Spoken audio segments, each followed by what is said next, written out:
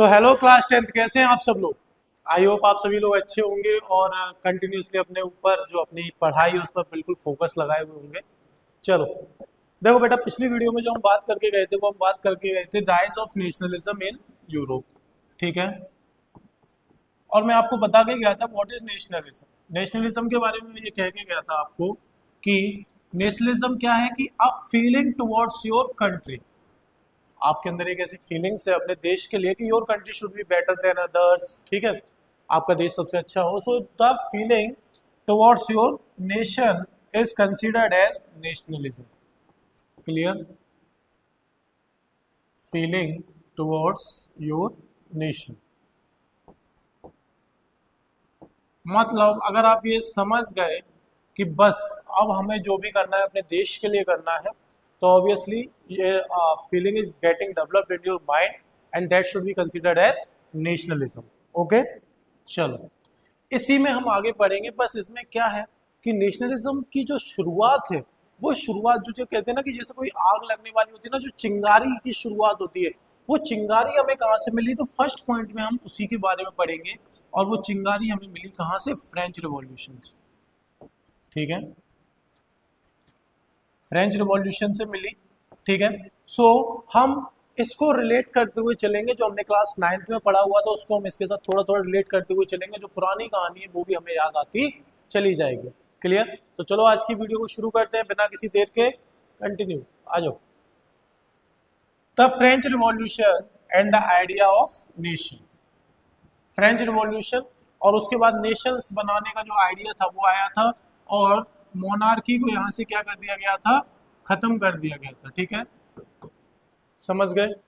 तो French revolution जो है वो इस सब की शुरुआत है। तो चलो आज समझते हैं। The first clear expression of nationalism came with the French revolution in 1789। सबसे पहले जो nationalism, what is nationalism, nationalism क्या होता है, कैसे समझा जाए, तो ये सबकी शुरुआत कहाँ से हुई? ये सबकी शुरुआत हुई फ्रेंच रिवॉल्यूशन से। और फ्रेंच रिवॉल्यूशन कब हुआ था? 1789 में। क्लास 9th का फर्स्ट चैप्टर बहुत अच्छे से पढ़ा था, लुई 16 सब कुछ समझ गए। France, as you would remember, was a full-fledged territory state in 1789 under the rule of absolute monarch. France जो था वो किसके अंडर कंट्रोल में था? मोनार्की कंट्रोल में, राजा शासन चल रहा था वहां पर। ठीक है, the political and constitutional changes that came in the wake of the French revolution led to the transfer of sovereignty from the monarchy to a body of French citizen. After that जो French revolution हुआ उसी के बाद ये जो nationalism है वो develop हुआ। ठीक है, और जो पावर्स मोनार्की के हाथ में चल रही थी वो सब वहां से हटा के कहाँ पहुंचा दी गई? फ्रेंच सिटीजन्स के पास। समझ गए? The revolution proclaim that it was the people who would henceforth constitute the nation and shapes it destiny sorry. तो फ्रेंच रिवॉल्यूशन ही है जहां से लोगों ने क्या समझा कि अब देश को बनाना, ठीक है, और देश का जो डेस्टिनी है, देश का जो भविष्य होगा, ठीक है, वो सब अब कौन डिसाइड करेगा? पीपल, मतलब देश के लोग। ठीक है, ना ही कोई राजा। समझ गए? Citizen of the country will decide the destiny of your nation. Clear? From the very beginning, the French Revolution introduced various measures and practices that could create a sense of collective identity among the French people. और French revolution से ही हमने क्या देखा कि वहां पर हमने कई सारे मेजर्स, बहुत सारे ऐसे काम हुए, ठीक है, बहुत सारी ऐसी प्रैक्टिसेस स्टार्ट हुई जिसने लोगों के बीच में किसकी फीलिंग्स लेकर आई? फीलिंग ऑफ कलेक्टिवनेस की, हम सब साथ साथ हैं। किसकी फीलिंग लेकर आई? कि हम सब क्या है? हम साथ साथ हैं। ठीक है, वो वाली फीलिंग लेके आई। ठीक है, इसके लिए इन्होंने क्या किया? इन्होंने सबसे पहले लाई द आइडिया ऑफ लैपेट्री। किसका आइडिया? लैपेट्री मीन्स द फादरलैंड। क्या? The fatherland. जैसे हम अपने देश को क्या कहते हैं? मातृ, मदरलैंड। ठीक है, ऐसे ही इन्होंने सभी लोगों को एक साथ लाने के लिए क्या नाम रखा? फादरलैंड। ठीक है, जैसे हम कहते हैं भारत माता हम सभी के लिए है, ऐसे इन्होंने अपने यहाँ जो कंट्री थी उसको किस नाम से कैसे संबोधित करना शुरू किया? फादरलैंड के रूप में। ठीक है, इसके अलावा यहाँ लोगों ने the citizen emphasise the nation of united community enjoying equal right under a constitution.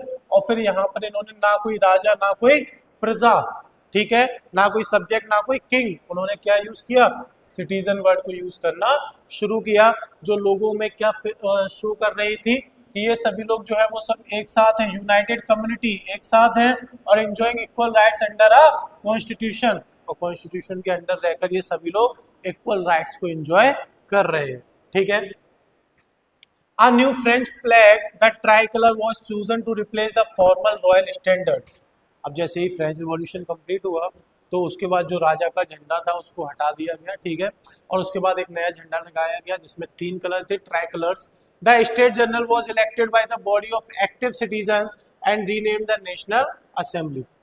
आपको याद हो कि पहले स्टेट जनरल हुआ करते थे जो वोटिंग दिया करते थे, first state, second state, third state, ठीक है, उन सभी के स्टेट जनरल्स हुआ करते थे, समझ गए, नोबिलिटी, क्लर्जी, वो सारे, ठीक है। तो इस समय भी क्या हुआ कि जो स्टेट जनरल्स थे अब उनका इलेक्शन होता था, वो भी किसके द्वारा, एक्टिव सिटीजन्स। और एक्टिव सिटीजन्स कौन थे, जिनकी उम्र 25 साल से ज्यादा थी, ठीक है, और इसके अलावा वो 3 दिन की वेजेस को एज अ टैक्स पे कर सकते थे, उनको किस में कंसीडर किया गया था, एक्टिव सिटीजन में कंसीडर किया गया था, समझ गए। और उन्होंने इसका नाम क्या दे दिया था, नेशनल असेंबली। न्यू हाइमन्स वर कंपोज्ड, नए हाइमन्स बनाए गए, ओथ्स टेकन, नई नई शपथ ली गई, martyrs commemorated, all in the name of the nation. और जिन लोगों की इस दौरान मृत्यु हो गई उनको सम्मान दिया गया, ठीक है, कि उन्होंने अपने देश के लिए कुछ किया है, clear. A centralized administrative system was put in place and it's formulated uniform law for all citizens within its territory. और यहाँ पर क्या हुआ कि फ्रांस में सेंट्रलाइज लॉ, मतलब ये फ्रांस है, ये टेरिटरी है फ्रांस की, तो अब जो भी एडमिनिस्ट्रेशन होगा वो सेंट्रलाइज्ड, ठीक है। इसके अलावा यहाँ जितने भी लॉज होंगे वो सभी क्या होंगे, सभी सिटीजन्स के लिए होंगे, जो भी सिटीजन्स के अंदर, सॉरी, जो भी इस टेरिटरी के अंदर रह रहे हैं। अगर कोई भी कानून बनाया गया, ठीक है, तो वो चाहे कोई पावरफुल व्यक्ति हो, चाहे वो लेस पावरफुल हो, चाहे वो रिच हो, चाहे वो पुअर हो, सभी के लिए इक्वली अप्लाई रहेगा, clear. Internal customs duties and dues were abolished and the uniform system of weights and measures was adopted, ठीक है। Internal custom duties and dues, जैसे अपन क्या करते हैं कि एक देश में ही चीज़ों को यहाँ से वहाँ बेचते हैं, ठीक है, देश के अंदर ही, तो उस समय क्या होता था कि टैक्स लिया जाता था, उसको एबोलिश कर दिया गया। और इसके अलावा system of weights and measures was adopted, और सामान की खरीदने के लिए और या बेचने के लिए सिस्टम ऑफ वेट्स, मतलब ये तौलने का, जैसे आज की डेट में चलता है ना कि 1 किलो 2 किलो 3 किलो, ऐसे ही उन्होंने क्या किया कि नाप तौलने के लिए क्या किया, वेट्स का इस्तेमाल करना शुरू किया। रीजनल डायलेक्ट्स वर डिस्करेज्ड, जो क्षेत्रीय भाषाएं होती थी उनको हटा के French as it was spoken and written in Paris became the common language of the nation. और इन्होंने ये जो छोटे छोटे रीजनल क्षेत्रीय भाषाओं का जो चल रहा था उस सबको हटा दिया और फ्रेंच को जो है उसको क्या कर दिया गया पूरे देश के लिए कॉमन लैंग्वेज बना दिया गया, ठीक है। The revolutionaries further declared that it was the mission and the destiny of the French nation to liberate the peoples of Europe from despotism, in other words, to help other peoples of Europe to become nations. और जब यहाँ French के लोगों ने क्या किया, the revolutionaries मतलब ये जो फ्रेंच के लोग थे, इन लोगों ने जब अपने देश को मोनार्की से खत्म कर दिया, ठीक है, मोनार्की यहाँ से खत्म हो गई, तो इन्होंने क्या किया कि इन्होंने ये सोचा कि अब जो यूरोप के लोग हैं, मतलब पूरा यूरोप कॉन्टिनेंट है, उसमें भी हमें ये मोनार्की सिस्टम को हटाना है, ठीक है। कहने का मतलब ये है कि वो ये चाहते थे कि वो बाकी लोग जो है यूरोप कॉन्टिनेंट के, वो अब मोनार्की से फ्री हो जाए और किस में आ जाए, नेशंस बनने शुरू हो जाए यूरोप कॉन्टिनेंट को, क्लियर। चलो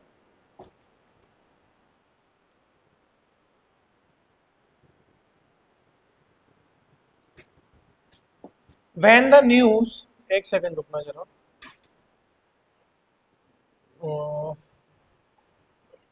wait a minute. When the news of the events in France reached the different cities of Europe, जब ये फ्रांस की खबर जो थी, जो फ्रांस में रिवॉल्यूशन हुआ, जब ये बाकी शहरों में पहुंच गया यूरोप के, students and others members of educated middle class began setting up Jacobin clubs. और फिर जो स्टूडेंट्स थे, जो पढ़े लिखे लोग थे, जो मिडिल क्लास से बिलोंग करते थे, उन्होंने क्या बनाने शुरू कर दिए, जैकोबिन क्लब्स बनाने शुरू कर दिए। Their activities and campaigns prepare the way for the French armies which moved into Holland. ये जो स्टूडेंट्स थे, जो मिडिल क्लास के लोग थे, ये जो कर रहे थे ना, इससे क्या हुआ कि जो फ्रेंच आर्मी थी, ठीक है, वो कहां पर जा रही थी, Holland, Belgium, Switzerland, Italy 1790s में जा रही थी। With the outbreak of the revolutionary war the French armies began to carry the idea of nationalism abroad. आपने ध्यान होगा, पिछली बार में ध्यान करो, जब नेशनल असेंबली ने वॉर डिक्लेयर कर दिया गया तो उन्होंने कहा था कि ये जो युद्ध है वो युद्ध हमारा राजा शासन के खिलाफ है, ठीक है। तो उन्होंने अपनी आर्मीज को भेजना शुरू किया। जब उन्होंने मार्शल्स करके सॉन्ग गाया था पेरिस की सिटीज में, याद आ रहा है, सेम, ठीक है। तो यहाँ पर जो फ्रेंच आर्मी है वो क्या कर रही थी, carry the ideas of nationalism abroad. ये हॉलैंड जा रही थी, बेल्जियम जा रही थी, स्विट्जरलैंड जा रही थी, इटली में जा रही थी। और वहां पर किस लिए जा रही थी, क्योंकि ये जो nationalism, feeling towards your nation जो है वो सभी के साथ शेयर कर सके, ठीक है। और जहां जहां मोनार्की है, ठीक है, वहां वहां उसको खत्म कर दिया जाए और वहां पर कहीं ना कहीं मोनार्की फॉर्म के अलावा दूसरी फॉर्म ऑफ गवर्नमेंट है उसको लाया जाए। क्लियर, चलो। तो आज की वीडियो में हम आज की क्लास में बस इतना ही रखेंगे, ठीक है। आज के कल जब हम इसकी वीडियो नेक्स्ट अपलोड करेंगे तब हम इसमें नेपोलियन के बारे में थोड़ा सा डिस्कशन करेंगे, ठीक है। और नेपोलियन कोड जो है उसके बारे में डिस्कशन करेंगे, नेपोलियन के जो आइडियाज थे उन सब के बारे में डिस्कस करेंगे, ठीक है। तो आज की वीडियो को यहीं रखते हैं। आप सभी लोग इसको एक बार फिर से रिवाइज करना, पढ़ना पूरा। अगर कहीं कोई समस्या लगे तो आप कमेंट करके बता सकते हैं, ठीक है। इसके अलावा इसके लिंक में आपको जो है यूट्यूब हैंडल के लिंक में आपको फेसबुक लिंक और इंस्टाग्राम लिंक भी मिल जाएगी, जहाँ पर आप हमें फॉलो कर सकते हैं, ठीक है। तो आज की वीडियो को यहीं खत्म करते हैं, मिलते हैं नेक्स्ट वीडियो में। Thank you everyone.